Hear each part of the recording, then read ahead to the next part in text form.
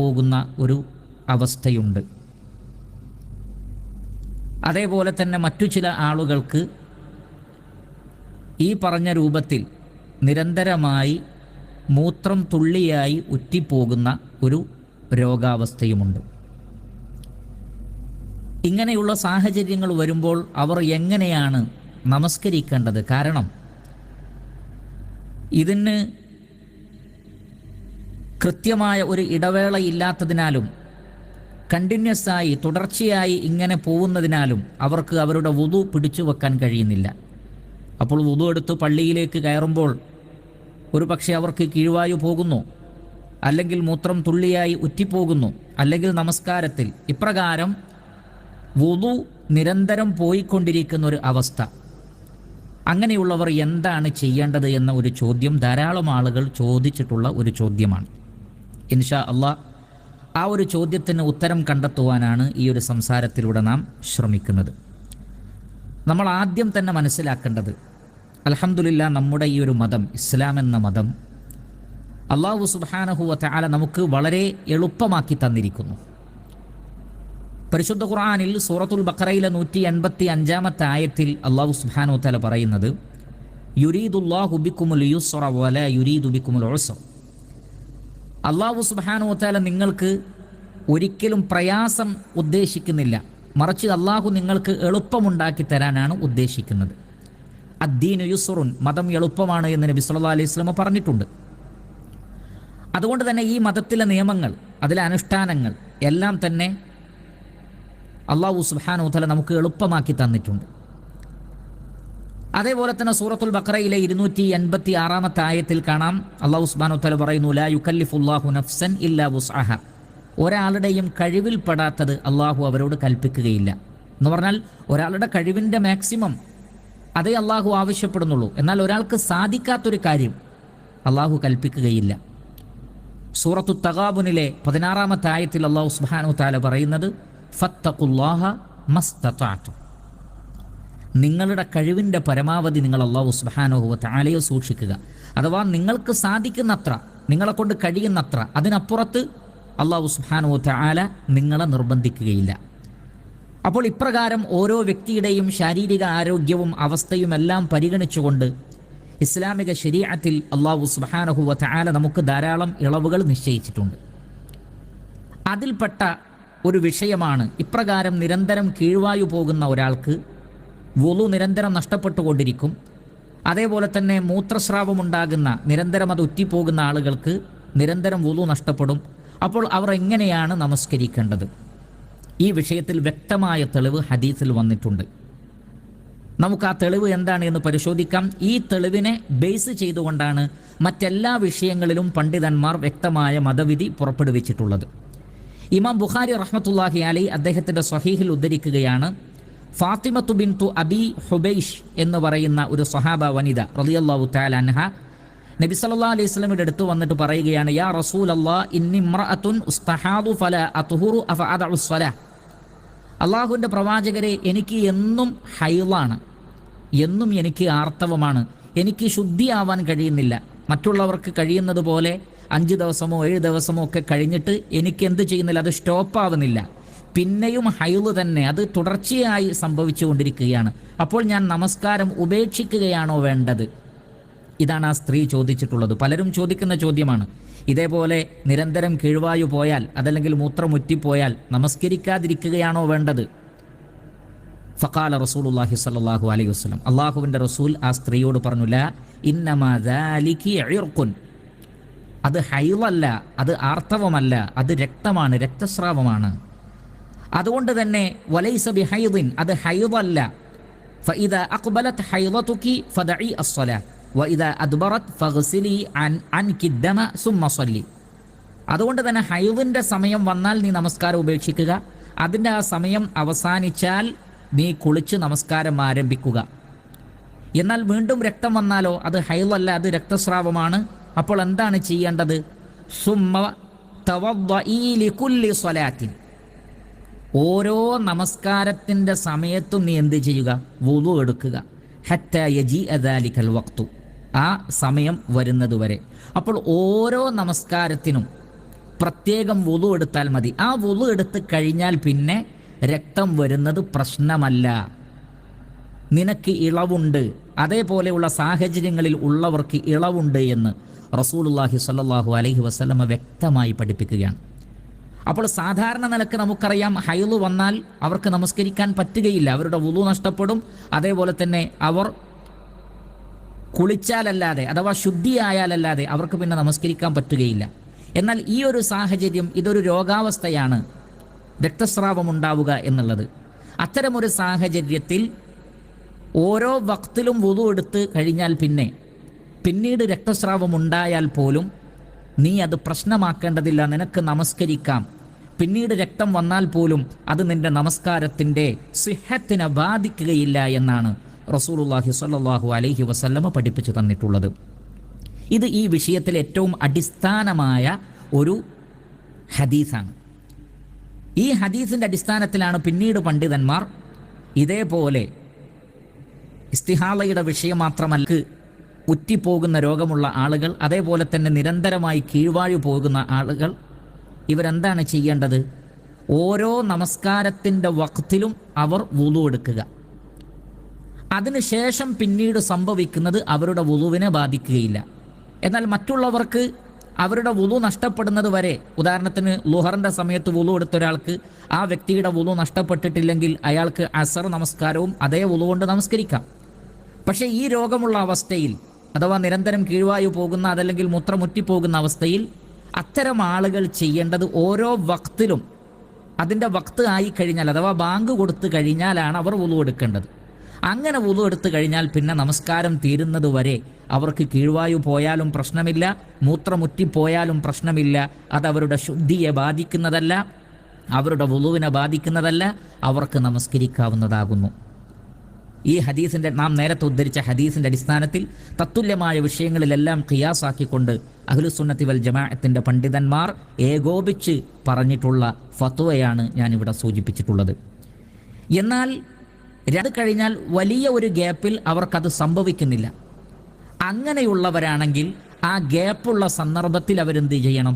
നമസ്കരിക്കണം. അവർക്ക് ജമാഅത്ത് നഷ്ടപ്പെട്ടാലും ശരി. എന്ന് പറഞ്ഞാൽ ഒരല്പം കാത്തു നിന്നാൽ പിന്നെ ഒരു വലിയ ഇടവേള മൂത്രമുറ്റി പോവുകയില്ല, അല്ലെങ്കിൽ കീഴ്വായു പോവുകയില്ല. അങ്ങനെയുള്ള അവസ്ഥയുള്ളവരുണ്ട്. അവർ ആ ഗ്യാപ്പ് കാത്തു നിൽക്കണം, ജമാഅത്ത് നഷ്ടപ്പെട്ടാലും ശരി. മുഹമ്മദ് ബിൻ സ്വാലിഹ് അൽ ഉസൈമീൻ റഹ്മത്തുള്ളാഹി അലൈഹി അദ്ദേഹം പറയുന്നുണ്ട്, മൂത്രവാർച്ചയാകട്ടെ അതല്ലെങ്കിൽ നിരന്തരം കീഴ്വായു പോകുന്ന അവസ്ഥയാകട്ടെ, അവർക്ക് രണ്ടവസ്ഥയുണ്ട്. ഒന്ന്, ഇദാ കാന മുസ്തമിറൻ ഇൻദഹു ബിഹൈസു ലാ യതവഖഫ് ഫകുല്ലമാ തജമ്മഅ ശൈഉൻ ബിൽമസാന നസൽ ഫഹാദാ യതവദ്ദ ഇദാ ദഖല الوقت വയതഹഫ്ഫളു ബിശൈഇൻ അലാ ഫർജി വയുസല്ലി വലാ യദുറുഹു മാ ഖറജ്. ചില ആളുകളുണ്ട്, അവർക്ക് നിരന്തരം അവരിൽ നിന്ന് ഇത് വിട്ടു നിൽക്കുകയില്ല, മൂത്രമുറ്റി പോകുന്നത് വിട്ടു നിൽക്കുകയില്ല, അല്ലെങ്കിൽ കീഴ്വായു പോകുന്നത് വിട്ടു നിൽക്കുന്നില്ല, നിരന്തരം സംഭവിക്കുന്നവരാണെങ്കിൽ അവർ ഓരോ വക്തിലും വുളു എടുക്കുകയാണ് വേണ്ടത്. ഇനി മൂത്രമുറ്റി പോകുന്നവരാണെങ്കിൽ അടിവസ്ത്രത്തിൻ്റെ കൂടെ മറ്റു വല്ലതും കൂടി വെക്കുന്നത് നല്ലതാണ്. അങ്ങനെ വെച്ചുകൊണ്ട് അവർ നമസ്കരിക്കട്ടെ. അതിനുശേഷം വല്ലതും പുറപ്പെട്ടാൽ അത് അവരുടെ വുളുവിനെ ബാധിക്കുന്നതല്ല. എന്നാൽ രണ്ടാമത്തൊരവസ്ഥയുണ്ട്. അതെന്താണ്? ഇദാ കാന യതവഖഫു ബഅദ ബൗലിഹി വലൗ ബഅദ 10 ദഖായിഖ് ഔ റുബഇ സാഅ. എന്നാൽ ചിലപ്പോൾ ഒരാൾ മൂത്രമൊഴിച്ച് കഴിഞ്ഞാൽ ഒരു 10 മിനിറ്റ് 15 മിനിറ്റ് വരെയൊക്കെ അങ്ങനെ ഒരു അവസ്ഥയുണ്ടാകും. എന്നാൽ അത് കഴിഞ്ഞാൽ പിന്നെ പരിപൂർണമായും മൂത്രം നിൽക്കുന്ന ഒരവസ്ഥയുണ്ടെങ്കിൽ ഫഹാദാ യൻതദിർ ഹത്താ യതവഖഫ് സുമ്മ യതവദ്ദ വയുസല്ലി വലൗ ഫാതതുഹു സ്വലാത്തുൽ ജമാഅ. അങ്ങനെ ഒരല്പം കഴിഞ്ഞാൽ പിന്നെ ഈ അവസ്ഥ മാറും എന്ന് ഉറപ്പുള്ള ആളുകൾ ആ അവസ്ഥ എത്തുന്നത് വരെ കാത്തു നിൽക്കുക, അവർക്ക് ജമാഅത്ത് നഷ്ടപ്പെട്ടാലും ശരി. അപ്പോൾ കീഴ്വായു പോകുന്ന ആളുകളാകട്ടെ, അതേപോലെ തന്നെ മൂത്രമുറ്റി പോകുന്ന ആളുകളാകട്ടെ, ഒരല്പസമയം കഴിഞ്ഞാൽ, ഒരു പ്രത്യേക സമയത്താണ് ഇത് വരുന്നത്, അത് കഴിഞ്ഞാൽ പിന്നെ അതിലൊരു ഇടവേള ഉണ്ടാകും എന്നവർക്ക് ബോധ്യപ്പെടുകയാണെങ്കിൽ അവർ അതുവരെ കാത്തു നിന്നിട്ട് പിന്നീട് വുളു എടുത്ത് നമസ്കരിക്കുകയാണ് വേണ്ടത്. എന്നാൽ അങ്ങനെയില്ല, ഏത് സമയത്തും വരാനുള്ള സാധ്യതയുള്ള ആളുകൾ, നിരന്തരമായി ഇത് വന്നുകൊണ്ടിരിക്കുന്ന ആളുകൾ, അവർ അതത് നമസ്കാരത്തിൻ്റെ സമയമെത്തിയാൽ വുളു എടുക്കുക. പിന്നീട് പുറപ്പെടുന്നതൊന്നും എന്തല്ല, അവരുടെ വുളുവിനെ ബാധിക്കുന്നതല്ല, അവരുടെ നമസ്കാരത്തെയും ബാധിക്കുന്നതല്ല. എന്നാൽ ചില പ്രത്യേക സന്ദർഭങ്ങളിൽ നമുക്ക് വക്തിൻ്റെ മുമ്പായി തന്നെ വുളു എടുക്കുവാൻ അനുവാദമുണ്ട്. ഏതൊക്കെയാണ് ആ സന്ദർഭങ്ങൾ? ഒന്ന്, നമ്മൾ വെള്ളിയാഴ്ച ദിവസം ഖുതുബക്ക് വേണ്ടി പള്ളിയിലേക്ക് വന്നാൽ, നമുക്കറിയാം ഖുതുബ തുടങ്ങിക്കഴിഞ്ഞാൽ പിന്നെ ഇമാമിൻ്റെ ഖുതുബ നമ്മൾ കേൾക്കൽ വളരെ പ്രധാനപ്പെട്ട ഒരു കാര്യമാണ്. അത്തരം സാഹചര്യത്തിൽ ജുമാ ഖുതുബ തുടങ്ങുന്നതിന് മുമ്പ് അഥവാ ബാങ്ക് കൊടുക്കുന്നതിന് മുമ്പ് തന്നെ അവർക്ക് വുളു എടുത്ത് പള്ളിയിലേക്ക് വരാം. അതിനുശേഷം ഖുതുബ അവർക്ക് കേൾക്കാൻ നമസ്കരിക്കാം. അതിനിടക്ക് അവർക്ക് മൂത്രം പുറപ്പെട്ടു പോയാലും കീഴ്വായു പോയാലും അത്തരം അസുഖമുള്ള ആളുകൾക്ക് വിരോധമില്ല. എന്നാൽ അതല്ലാത്ത ആളുകൾ പോയി വുളു എടുക്കണം, അതിൽ യാതൊരു സംശയവുമില്ല. ഈ അസുഖം കൊണ്ട് ബുദ്ധിമുട്ടുന്നവരെ സംബന്ധിച്ചാണ് നമ്മൾ സംസാരിച്ചുകൊണ്ടേ ഇരിക്കുന്നത്. അപ്പോൾ അങ്ങനെയുള്ള ആളുകൾക്ക് വക്ത് എത്തുന്നതിന് മുമ്പ് തന്നെ, അഥവാ വെള്ളിയാഴ്ച ദിവസം ജുമഅ തുടങ്ങുന്നതിന് ബാങ്ക് കൊടുക്കുന്നതിന് മുമ്പ് തന്നെ വുളു എടുക്കാം. രണ്ടാമത്തൊരു സാഹചര്യം ഏതാണ് എന്ന് ചോദിച്ചാൽ, നമ്മൾ ഉംറക്കോ ഹജ്ജിനോ പോയാൽ ഹറമിൽ നമുക്കറിയാം പുറത്തുപോയി വുളു എടുത്ത് തിരിച്ചു വരിക, ഓരോ വക്തിനും പുറത്തുപോയി വുളു എടുത്ത് തിരിച്ചു വരുമ്പോഴേക്ക് ഒരുപക്ഷെ നമുക്ക് ജമാഅത്ത് നഷ്ടപ്പെടുന്ന ഒരു സാഹചര്യമുണ്ട് എങ്കിൽ, അങ്ങനെയുള്ള വളരെ തിരക്ക് പിടിച്ച പ്രയാസമുള്ളൊരു സാഹചര്യത്തിലും ബാങ്ക് കൊടുക്കുന്നതിന് മുമ്പ് തന്നെ വുളു എടുത്ത് വരാകുന്നതാണ്. അതിനുശേഷം കീഴ്വായു പോവുകയോ മൂത്രമുറ്റിപ്പോവുകയോ ചെയ്താൽ അത്തരം രോഗമുള്ള ആളുകളുടെ വുളുവിനെ അത് ബാധിക്കുകയില്ല. എന്നാൽ ഈ രോഗമില്ലാത്ത ആളുകളെ സംബന്ധിച്ചിടത്തോളം അവരുടെ വുളു മുറിഞ്ഞു പോകുന്നതാണ്. അതേ സന്ദർഭത്തിൽ നമ്മൾ മനസ്സിലാക്കേണ്ടുന്ന മറ്റൊരു വിഷയമുണ്ട്. ഈ കീഴ്വായു പോകുന്ന ഒരു ചില ആളുകൾക്ക് അതൊരു തോന്നൽ മാത്രമായിരിക്കും. അഥവാ കീഴ്വായു പോയിട്ടുണ്ടാവില്ല, പക്ഷെ പോയോ എന്നൊരു തോന്നൽ, അല്ലെങ്കിൽ മൂത്രമുറ്റിപ്പോയോ എന്നുള്ള തോന്നൽ. എന്നാൽ യഥാർത്ഥത്തിൽ അത് സംഭവിച്ചിട്ടുണ്ടാവുകയില്ല. അത്തരം ആളുകൾ ഒന്നും ചെയ്യേണ്ടതില്ല. യഥാർത്ഥത്തിൽ അത് അവരുടെ ഒരു വസ്വാസ് മാത്രമാണ്. ഇമാം ബുഖാരി റഹ്മത്തുള്ളാഹി അലൈഹി അദ്ദേഹത്തിന്റെ സ്വഹീഹിൽ ഉദ്ധരിക്കുന്ന ഹദീസിൽ കാണാം, അൻ അബ്ബാദ് ബിൻ തമീമിൻ അൻ അമ്മിഹി അന്നഹു ശക്കാ ഇലാ റസൂലില്ലാഹി സ്വല്ലല്ലാഹു അലൈഹി വസല്ലമ അർറജുലു അല്ലദീ യുഖയ്യലു ഇലൈഹി അന്നഹു യജിദു ശൈഅ ഫി സ്വലാഹ്. നബി സല്ലല്ലാഹു അലൈഹി വസല്ലമയുടെ അടുക്കൽ വന്നുകൊണ്ട് ഒരു വ്യക്തി പരാതി പറയുകയാണ്. എന്താണ് അദ്ദേഹം പറയുന്നത്? നമസ്കരിക്കാൻ നിന്നാൽ അദ്ദേഹത്തിന് കീഴ്വായു പോയതായി തോന്നുകയാണ്. നബി സല്ലല്ലാഹു അലൈഹി വസല്ലമ അദ്ദേഹത്തോട് പറഞ്ഞത്, ലാ യൻഫതിൽ ഔ ലാ യൻസരിഫ് ഹത്താ യസ്മഅ സൗതൻ ഔ യജിദ റീഹ. അങ്ങനെ തോന്നലുണ്ടായാൽ നീ നമസ്കാരത്തിൽ നിന്ന് വിരമിക്കരുത്. വ്യക്തമായി നീ ഒരു ശബ്ദം കേൾക്കുകയോ അതല്ലെങ്കിൽ കീഴ്വായു പോയാലുണ്ടാകുന്ന ഗന്ധം അതുണ്ടാവുക, അതല്ലെങ്കിൽ ശബ്ദം കേൾക്കുക, ഇത് രണ്ടുമാണ് അതിൻ്റെ അടയാളം. ഈ രണ്ട് രൂപത്തിലുമാണ് അതുണ്ടാകുന്നത്. അത് വ്യക്തമായ നിലക്ക് നിനക്ക് ബോധ്യപ്പെട്ടാലല്ലാതെ കേവലം തോന്നലിൻ്റെ അടിസ്ഥാനത്തിൽ ഒരിക്കലും അങ്ങനെ പോവേണ്ടതില്ല, അഥവാ നമസ്കാരം ഉപേക്ഷിക്കേണ്ടതില്ല. എന്നാൽ വ്യക്തമായ ശബ്ദം കേട്ടു, അതല്ലെങ്കിൽ ഗന്ധമുണ്ടായി, അത്തരം സാഹചര്യത്തിലെ നമസ്കാരത്തിൽ നിന്ന് പിരിയേണ്ടതുള്ളൂ. അതല്ലാത്തതൊക്കെ വസ്വാസാണ് എന്ന് റസൂലുള്ളാഹി സ്വല്ലല്ലാഹു അലൈഹി വസല്ലം പഠിപ്പിക്കുകയാണ്. ഇമാം മുസ്ലിം റഹ്മത്തുള്ളാഹി അലൈഹി അദ്ദേഹത്തിന്റെ സ്വഹീഹിൽ ഉദ്ധരിക്കുന്ന ഹദീസിൽ നമുക്ക് കാണാം, റസൂലുള്ളാഹി സ്വല്ലല്ലാഹു അലൈഹി വസല്ലം പറയുകയാണ്, ഇദാ വജദ അഹദുക്കും ഫീ ബത്നിഹി ഷൈഅൻ ഫഅഷ്കല അലൈഹി അഖറജ മിൻഹു ഷൈഉൻ അം ലാ ഫലാ യഖ്റുജന്ന മിനൽ മസ്ജിദി ഹത്താ യസ്മഅ സൗതൻ ഔ യജിദ റീഹ. നിങ്ങളിൽ ആർക്കെങ്കിലും വയറ്റിൽ ഒരു പ്രയാസം അനുഭവപ്പെട്ടു, ചില ആളുകൾക്ക് വയറ്റിൽ ഗ്യാസൊക്കെ വന്ന് നിറഞ്ഞാലും അതേപോലെയുള്ള സാഹചര്യത്തിലും വയറ്റിൽ വല്ലാത്തൊരു ഇളക്കം തോന്നും. അപ്പോൾ ചില ആളുകൾക്ക് തോന്നും കീഴ്വായു പോയോ ഇല്ലേ. നബി സല്ലല്ലാഹു അലൈഹി വസല്ലം പറയുകയാണ്, അങ്ങനെ ഒരു തോന്നൽ കാരണത്താൽ നിങ്ങൾ നമസ്കാരത്തിൽ നിന്ന് വിരമിച്ചു പള്ളിയിൽ നിന്ന് പുറത്തു പോവേണ്ടതില്ല. മറിച്ച് വ്യക്തമായി നിങ്ങൾ ഒരു ശബ്ദം കേൾക്കുകയോ അല്ലെങ്കിൽ ഗന്ധം അനുഭവപ്പെടുകയോ ചെയ്താൽ മാത്രമേ നിങ്ങൾ നമസ്കാരം ഉപേക്ഷിക്കേണ്ടതുള്ളൂ. അക്രമക്കുമുല്ലാ, അല്ലാഹു സുബ്ഹാനഹു വതആല എനിക്കും നിങ്ങൾക്കുമൊക്കെ മാന്യത നൽകട്ടെ, മഹത്വം നൽകട്ടെ, ആദരവ് നൽകട്ടെ. പ്രിയപ്പെട്ട സഹോദരങ്ങളെ, ഇതെല്ലാം നാം വളരെ വ്യക്തമായി വിശദമായി പറയാനുള്ള കാരണം നമുക്കറിയാമല്ലോ. പല ആളുകളും ഇതേപോലുള്ള വിഷയങ്ങൾ നമ്മൾ പറയുമ്പോൾ ചോദിക്കും, നിങ്ങൾക്ക് ഇതേപോലെയുള്ള വിഷയങ്ങളല്ലാതെ മറ്റു വിഷയങ്ങളൊന്നും ചർച്ച ചെയ്യാനില്ലേ? എന്നാൽ നമ്മൾ മനസ്സിലാക്കുക, അല്ലാഹു സുബ്ഹാനഹു വതആല നമ്മളെ സൃഷ്ടിച്ചത് വമാ ഖലഖ്തുൽ ജിന്ന വൽ ഇൻസ ഇല്ലാ ലിയഅ്ബുദൂൻ, അല്ലാഹുവിനെ ഇബാദത്ത് ചെയ്യാനാണ് അല്ലാഹു സുബ്ഹാനഹു വതആല നമ്മെ എവരെയും സൃഷ്ടിച്ചിട്ടുള്ളത്. അപ്പോൾ നമ്മുടെ ജീവിതത്തിൻ്റെ പ്രധാനപ്പെട്ട ലക്ഷ്യമെന്നത് അല്ലാഹു സുബ്ഹാനഹു വതആലക്ക് ഇബാദത്ത് ചെയ്യലാണ്. ആ ഇബാദത്ത് ഏതെല്ലാം രൂപത്തിൽ ചെയ്യണം, എപ്പോഴാണത് സ്വഹീഹാകുന്നത്, എപ്പോഴാണത് ബാത്തിലാകുന്നത്, അതുമായി ബന്ധപ്പെട്ട വിഷയങ്ങളൊക്കെ ഇസ്ലാം കൃത്യമായി പഠിപ്പിച്ചിട്ടുണ്ട്. ഇതെല്ലാം നബി സല്ലല്ലാഹു അലൈഹി വസല്ലം പഠിപ്പിച്ചിട്ടുണ്ട്.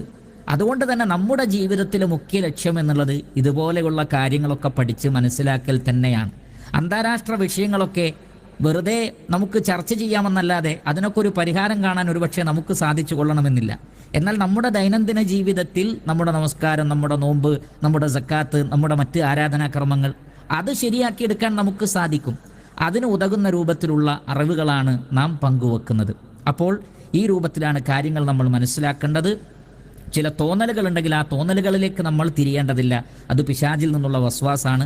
എന്നാൽ വ്യക്തമായി കഴിഞ്ഞാൽ അപ്പോഴാണ് അവരുടെ വുളു നഷ്ടപ്പെടുന്നത്. എന്നാൽ ഒരു രോഗാവസ്ഥയിലുള്ള ആളുകൾ, നിരന്തരമായി കീഴ്വായു പോകുന്ന, മൂത്രം മുറ്റിപ്പോകുന്ന രോഗാവസ്ഥയിലുള്ള ആളുകൾ ഓരോ വക്തിൻ്റെ സന്ദർഭത്തിലും അവർ വുളു എടുത്തുകൊണ്ട് നമസ്കരിക്കുക. അതിനുശേഷം വരുന്നത് ഒരു പ്രശ്നമല്ല എന്ന് മനസ്സിലാക്കുക. വെള്ളിയാഴ്ച ദിവസം ബാങ്കിൻ്റെ മുമ്പ് തന്നെ വുളു എടുക്കുന്നതിന് വിരോധമില്ല. ഹറമിലും മറ്റും നമ്മൾ പെട്ടുപോയാൽ അവിടുത്തെ തിരക്കുകളും കാര്യങ്ങളും പരിഗണിച്ചും ബാങ്കിൻ്റെ മുമ്പെയായി വുളു എടുത്തു വരുന്നതിനും വിരോധമില്ല എന്ന് നമ്മൾ മനസ്സിലാക്കുക. ഇപ്രകാരമാണ് പണ്ഡിതന്മാർ നമുക്ക് കാര്യങ്ങൾ വിശദീകരിച്ച് തന്നിട്ടുള്ളത്.